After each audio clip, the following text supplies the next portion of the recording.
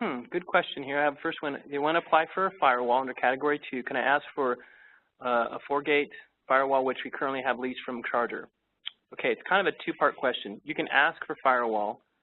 Like I mentioned earlier, you could say a specific manufacturer, but you have to say or equivalent, and you can, if you like, as a technical requirement that it's interoperable with your existing network.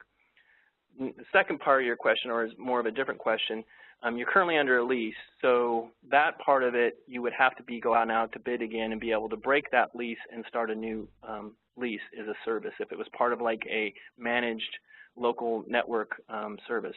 But if it's truly a purchase lease agreement that's already in existence, I don't have anything off the top of my head where you could kind of slide that into it because it's already an existing contract, and under Category 2, I'm not aware of any rule that would allow you to do that.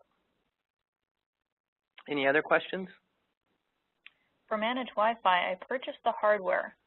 Can I ask for subscription only? Can you maybe describe what you mean by subscription only, or monthly charges?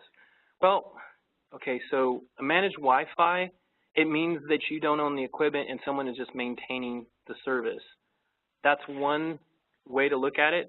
But if you bought the access points, the way you would do it would be under basic maintenance in terms of some third party coming in and maintaining the equipment for you. You could also, if it had like an annual hardware maintenance agreement, you could post that on your Form 470, X amount of WAPs, make, model number, annual hardware maintenance.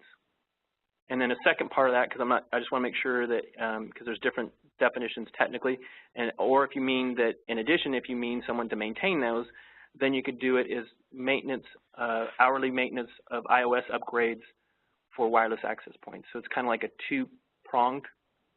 Or if you feel comfortable, you could say, maintenance for hardware of these X components on an annual basis. And then if that's the actual hardware maintenance, to be able to allow you to do iOS upgrades and to maybe get equipment replaced if it fails. Remember, you got to be careful. You can't have same-day business type of turnaround on the hardware. Another strategy, too, if you know the amount of hours, you could just ask for X amount of annual maintenance hours per site for just the labor part of it. So hopefully I've given you enough scenarios, hopefully not too many, to kind of address the question. Well, one thing that you might notice with the managed internal broadband services category, it's brand new this year. So offering a lot of best strategy. We'll have a lot better strategies for you next year once we find out how all this goes through PIA. Even at the USAC level, it's brand new to them as well. So a lot of this will clear up for us as we go through the process, especially under this managed internal broadband services category. And again, I've not really seen this predominantly as an IT director out on the West Coast, but some colleagues of ours in the South. This has been something they've had in place where it's kind of like a service where someone comes in, sets everything up, runs the cabling, puts the equipment, installs it, and you're just paying for the wireless access as a service itself. But remember, this is all that I'm describing is all subject to the budget limitation that you have based upon students, and that budget that you would receive is for a 5-year period. So the example of 150 pre-discount, let's say you're at 85%, I think that comes to $128. You had 100 students at your school site, that means you'd have $1,280 for a 5-year period. Any other questions? I am participating in LOA for Scenic. How do I apply to meet the requirements for a 1 gig router, LAN interface installation, and cabling for Category 2? Is this a school? I believe, because I'm not sure on the, oh, you're a library. Okay. I think you probably should check, I mean, I can give you from an E-rate side, but particularly what the requirements are for Scenic and the LOA, I would check with the library on that. But specifically how you could do this is you could post for Category 2. The LAN infrastructure and cabling, and we had the same webinar earlier today.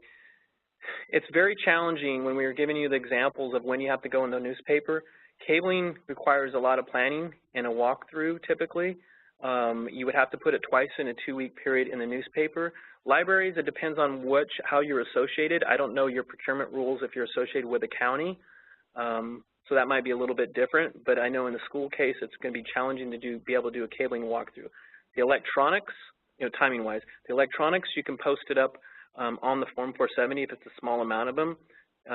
Example, Cisco, these are old models and makes, but Cisco 3550, 4 of them. Something along those lines. Put it in your Form 470. If you're more elaborate and need some more specific technical requirements and you have an IT department, then you'll have to check the box RFP, post it on a website, or have it something that you can email back to vendors. So the electronics, yes, you can do that.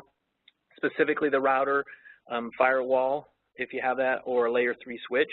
Cabling, you can go ahead and do that, but that one you would have to really check with your local procurement rules as well as the timing, since the 26th is just around the corner here.